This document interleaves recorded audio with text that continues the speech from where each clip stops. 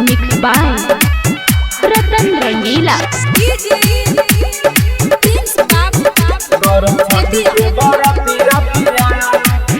सुनी सुनी हमर बतिया पिया, करम छठ के बरतिया पिया।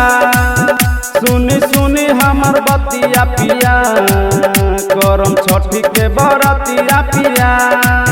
जाई जाई ना बाजार जाई जी, सब पूजा के सामान लाई जी। नहीं भूलम अगरबत्तिया पिया, करम छठ के बरतिया पिया। सुनी सुनी हमर बतिया पिया, करम छठ के बरतिया पिया। बरतिया पिया, बरतिया पिया, करम छठ के बरतिया पिया। उखले आदि खेतवा से जाके, खुशी मिलेला बोरी दियरी जरा के। खाली न केहू हो दुआरा से आवे, सब कर अर्जी छठी माई पुरावे। अब लेट जानी करी जी, तैयारी जल्दी करी जी। सज गइल बाटे घटिया पिया, करम छठी के बरतिया पिया।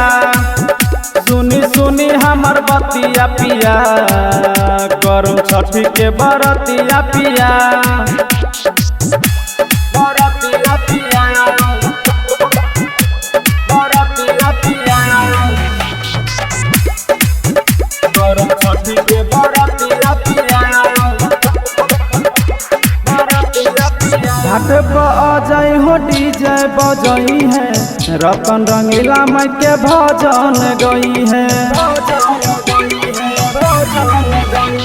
माथे पे दौरा उठा ले हम जी, ले चल के पहुँचा दे हम जी।